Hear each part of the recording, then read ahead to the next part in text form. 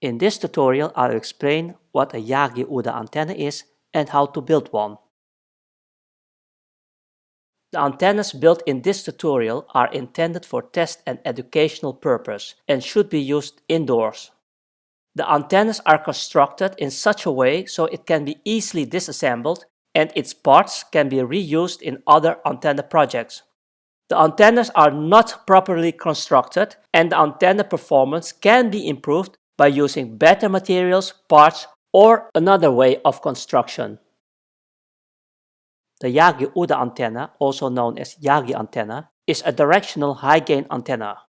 A basic Yagi-Uda antenna consists of three elements: a reflector, a driven element, and a director. The driven element, this element, is half-wave dipole, as you can see over here, and parallel to the driven element, these two wires, on either side of it are straight wires, the reflector and the director. The reflector is slightly longer than a half wavelength, as you can see over here. The driven element is a half wavelength long, as you can see over here. And the director is slightly shorter than a half wavelength, as you can see over here. This is called the central support boom, and the feed point is over here. I use an online Yagi-Uda antenna calculator to calculate the antenna dimensions. You can find the online calculator at this link. Enter the operating frequency and press the calculate button, and it will calculate the Yagi-Uda antenna dimensions. This online calculator uses the equations found on the next slide to calculate the three-element Yagi-Uda antenna dimensions. These are the equations to calculate the reflector length, the driven element length, and the director length. And to calculate these distances, it uses these equations. So for 868 MHz, the wavelength is 345.38 millimeters, which means the reflector length is 171 millimeters, the driven element length is 163 millimeters, and the director length is 152 millimeters. The distance is 43 millimeters. The direction where the director is pointing to is the signal direction. I have used the 4NEC2 antenna modeling software to verify the design. The 4NEC2 card deck can be found at this location. I have modeled the Yagi-Uda antenna based on this drawing. The resonant frequency is set to 868 MHz. All three elements have a wire diameter of 1.8 millimeters, and the wire material is stainless steel. And the height of the antenna is set to 1 meter. This is how the antenna is modeled in the 4NEC2 program, and here is the feed point. When the ground is set to perfect ground, meaning perfectly conducting ground, I got a VSWR of 2.32. This is the radiation pattern in the vertical plane and the radiation pattern in the horizontal plane. You can clearly see that the Yagi-Uda antenna is a directional antenna. The VSWR was 2.32, which is not good. Next, I used the 4NEC2 optimizing functionality to improve the design. The 4NEC2 card deck after optimization can be found at this location. After optimization, these four values were changed. The driven element length was changed from 163 mm to 154 mm. The director length was changed from 152 mm to 76 mm. This distance is changed to 60 mm, and this distance is changed to 61 mm. This is what the Yagi-Uda antenna looks like after optimization. Using the same ground type and height, the VSWR is now 1.04 instead of 2.32, which is an improvement. This is the radiation pattern in vertical plane and horizontal plane after optimization. The same radiation patterns, but now in 3D. I have changed the ground. The ground is real ground and the ground type is city industrial area, and the height is 1 meter above ground. The phase wire is still 1.04. This is a corresponding radiation pattern in vertical plane and horizontal plane, and the corresponding radiation patterns in 3D. Now I have changed the height to 10 meters above ground. The ground is still real ground and the ground type is city industrial area. The phase wire is still 1.04. This is the corresponding radiation pattern in vertical plane and horizontal plane. And again, I have changed the height to 40 meters above ground with the same ground settings as before. The phase wire is still 1.04. And this is the corresponding radiation pattern in the vertical plane and horizontal plane. Based on the 4NEC2 antenna design, after optimization, I have built the Yagi-Uda antenna. To build a Yagi-Uda antenna, I'm using a Type N female chassis mount 4-hole connector. These 4 holes have a diameter of 3.5 millimeters. I have increased the hole size to 4 millimeters. For the reflector, driven element and director, you can use copper wires, as you can see over here. These copper wires have a diameter of 1.8 millimeters. The electrical insulator can be easily removed using a Stanley knife. But instead of copper wires, I use bicycle spokes, as you can see over here, which are made from stainless steel. These spokes also have a diameter of 1.8 millimeters. With these bicycle spokes, I made the reflector, driven element and director. I made the reflector length 171 millimeters. The driven element consists of 2 parts and each has a length of 77 millimeters. 2 times 77 is 154, which is the total length of the driven element. And the director length is 76 millimeters. I made this L shape to attach the driven element to the Type N connector. I'm using these large terminals from this terminal strip block. And I'm using the smaller terminal strip blocks. I need these plastic blocks and the terminals. The support boom is made from a metal cloth hanger, as you can see over here. And I made this L shape. Please note the wide diameter is 3.2 millimeters. Here you can see that I'm using 2 plastic terminal blocks and I'm only using 1 terminal in each block. There's no terminal here and here. This is the support boom. The plastic terminal blocks are attached to the support booms by pressing it through the holes, as you can see over here and here. The support boom tightly fits this hole. I'm using a Type N male to RP-SMA male plug adapter coaxial cable connector.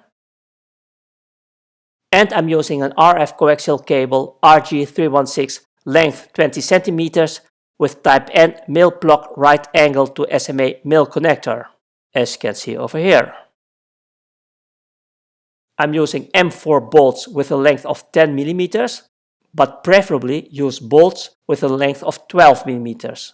With 12 mm I mean starting from here to here. I'm using M4 nuts and metal washers. The driven elements will be attached to the Type N female chassis mount 4-hole connector using terminals. But first I have to round the edges of one terminal using a Dremel tool. As you can see over here, corner is rounded. As you can see over here, the rounded terminal does not touch the Type N chassis. If you do not round the terminal, it will touch the Type N chassis, as you can see over here. From a MacBook Pro packaging, as you can see over here, I cut this plastic plate. Use a Stanley knife to cut out the plastic plate. Instead of plastic, you can use wood or cardboard as long as the material is not conductive. So this is the plastic plate dimensions. The plastic plate thickness is 1.6 millimeters. These are holes and they are all 4 millimeters in diameter. This larger hole is 13.5 millimeters. You can use a Dremel tool to create this hole.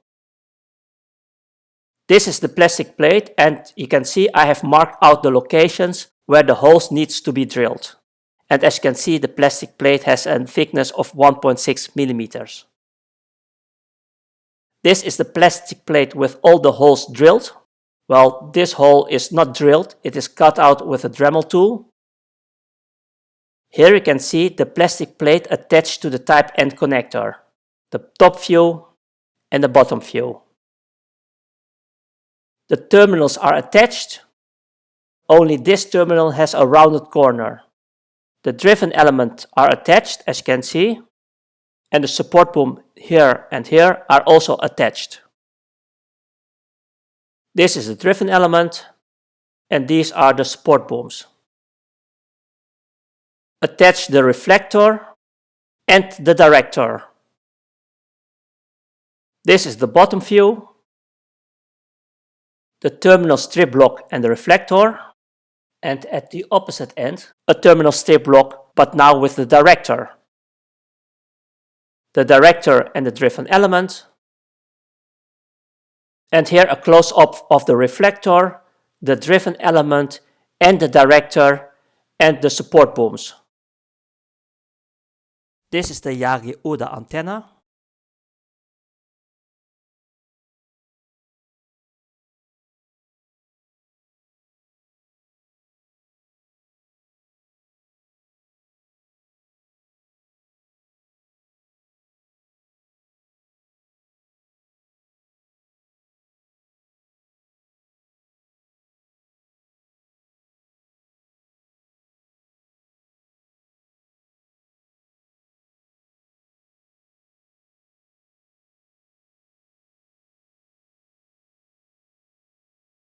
Make sure that the three elements are on one line. Make sure that this space is the same as this space. The same applies to this space.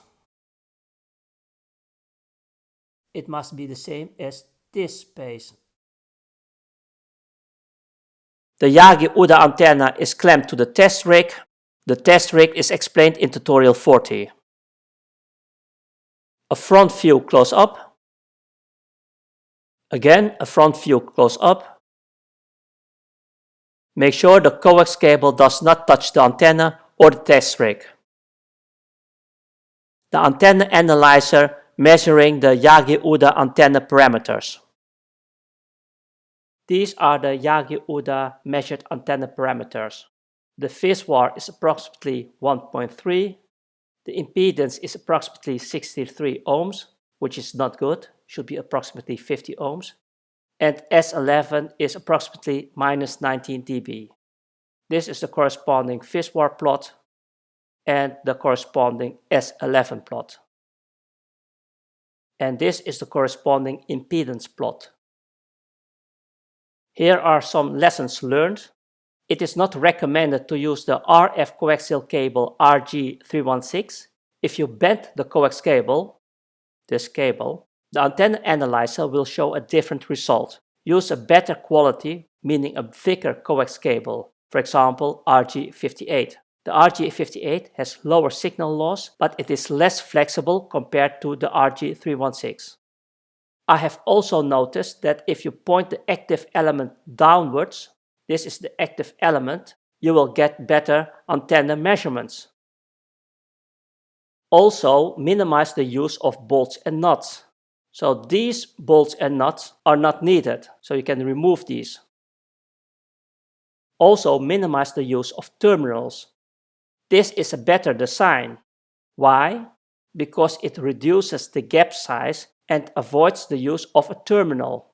It is recommended that you use this design instead of this design. Try to make this gap as small as possible. Also use smaller terminals. Instead of this terminal, use this smaller terminal, as you can see over here. This construction is similar to the dipole antenna as explained in tutorial 41. And finally, use a die set to cut threads on the support booms. This is called a die set, and you can cut threads to metal rods. Use a die set to cut threads at the end of the support boom and use 2 nuts to attach the boom to the plastic plate, so you can avoid using a terminal. So how well does my self-built Yagi-Uda antenna perform? To answer this question, 2 performance tests will be conducted. Performance Test A. The Yagi-Uda antenna is attached to an end node which is located inside a building and transmit messages which will be received by nearby gateways in my area. In this test, I'm only interested which gateways were able to receive the transmitted sensor data. The test will be repeated using a sleeve dipole antenna. Performance Test B. The Yagi-Uda antenna is attached to an end node and transmit messages which will be received by a dedicated gateway 6 meters away. Both devices are indoors. The average RSSI is calculated and also the total time it took to receive 15 messages. The test will be repeated using a half-wave dipole antenna. It is the same half-wave dipole antenna as demonstrated in tutorial 41. Performance tests A and B are simple tests and will give me a rough indication how well my antenna performs compared to the dipole antenna. Both tests are conducted indoors, which means the walls reflect the transmitted signals, thus influencing the measurements. Therefore, take the results with a grain of salt. A much better method to tell how your antenna actually performs in the real world, see this procedure. Performance Test A. The Yagi-Uda antenna performance is compared with a sleeve dipole antenna. More information about sleeve dipole antennas, see tutorial 43. For this test, I'm using the end node and antenna C as demonstrated in tutorial 33. More information about this end node, see this tutorial. The end node uses the MCCI LoRaWAN LMIC library. See this GitHub page. The end node uses the following sketch. See this link. Here you can see the Yagi-Uda antenna attached to the end node. And here is the sleeve dipole antenna attached to the end node. I'm using a compass to point the Yagi-Uda antenna to different directions. The end node is placed inside the building in front of a window. This is the building circumference. The end node is placed at location A, facing east and south, at an altitude of 11 meters. I have not modified the end node transmission power when using the Yagi-Uda antenna. In my area, there are several gateways, and I know that these gateways, which are connected to the Things network, can receive my transmitted data. The Yagi-Uda antenna is attached to the end node at location A and transmits data. I have done the same with the sleeve dipole antenna. In both cases, 2 messages per minute were transmitted. The log data can be found at this location. 1 or more gateways were able to receive my transmitted sensor data. See this Google map. The end node transmission power is 14 dBm. This table is created with the help of this log data. These are the gateways which were able to receive my transmitted sensor data. These are the distances between the end node and the gateway. And these are the gateway antenna altitudes. The green color means the gateway has received the transmitted sensor data. And as you can see, the Yagi-Uda antenna performs much better than the sleeve dipole antenna. Please note, the Yagi-Uda antenna was pointed to different directions. Now performance test B. Make sure you keep everything in your setup the same when switching from Yagi-Uda antenna to the half-wave dipole antenna. A slight change can impact your measurements. Do not change the height of the end node and the height of the gateway. Do not change the distance between the end node and the gateway. Use the exact same end node and gateway. Use the same coax cables and connectors. During the measurements, I did not stay in the same room. The distance between the transmitter and receiver should be greater than 4 lambda, which is the far field region. More information about near and far field, see tutorial 34. This is the Yagi-Uda antenna, and at the distance of 6 meters, The gateway is positioned using antenna C. More information about antenna C, see tutorial 33. Here are two pictures. In the front you see the Yagi-Uda antenna, and in the back you see the gateway. And in the reverse, in the front you see the gateway, and in the back you see the Yagi-Uda antenna. The same test, but now using a half-wave dipole antenna with the same setup and the same gateway using the same antenna.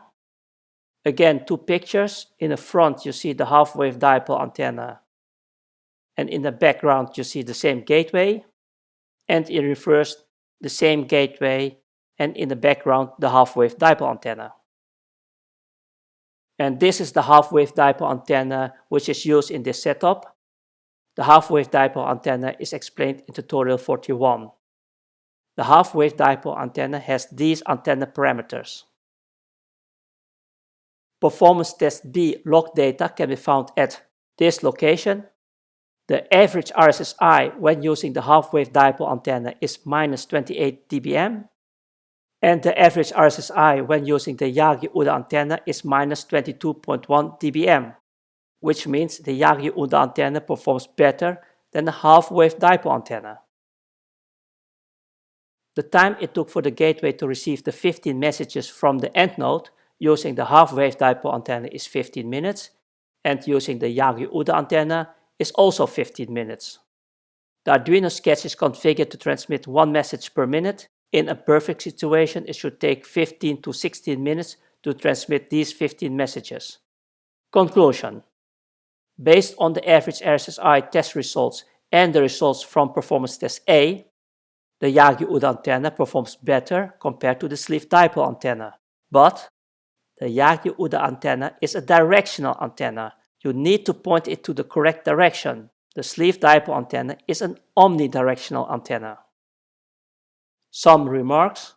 The 4NEC2 program simulates how the antenna behaves, but my Yagi-Uda antenna is not accurately modeled, which means that the generated radiation patterns and other antenna parameters are just a rough indication of how the real Yagi-Uda antenna behaves. If you want accurate radiation patterns and other antenna parameters, these antenna measurements should be performed in an anechoic chamber. Let's assume you bought a Yagi-Uda antenna with a maximum gain of 10 dBi and attach it to a gateway. This is the same as 7.85 dBd. Converting from dBi to dBd, see this calculation. In the gateway global configuration file, more information about this file, see tutorial 30, you must set the antenna gain parameters to 7.85. When using the Yagi-Uda antenna at the end node, make sure it points to the correct direction where a gateway is located. Otherwise, the end node has a difficult time to join the network. When using a sleeve dipole antenna, which is omnidirectional, the end node can easier join the network without having to point it to the correct direction. The Yagi-Uda antenna, which is directional, can send data to gateways which are further away. I have done an experiment. I have attached the support booms to the Type N female chassis, not using the plastic plate. Please do not do this. As you can see, the support boom is directly attached to the Type N female chassis. The support boom is also attached directly to the Type N female chassis. As you can see, there is no plastic plate. Here you can see the antenna analyzer with the Yagi-Uda antenna. And these are the measured antenna parameters. As you can see, these antenna parameters are not good. This is the corresponding Viswar plot and the corresponding S11 plot and the corresponding impedance plot. When using the 4NEC2 antenna modeling software, the Viswar is 1.04. By the way, in the 4NEC2 model, I did not model the support booms. After building the actual Yagi-Uda antenna and testing it with the N1201SA antenna analyzer, the Viswar is 2.7. So what causes this discrepancy? Well, the support booms are also connected to the Type N connector. Conclusion: Do not conductively attach the support booms to the Type N connector. Use the plastic plate. Thanks for watching. I hope you enjoyed the video. Please hit the like button and don't forget to subscribe. If you have questions, leave your comments below. I'll do my best to answer them.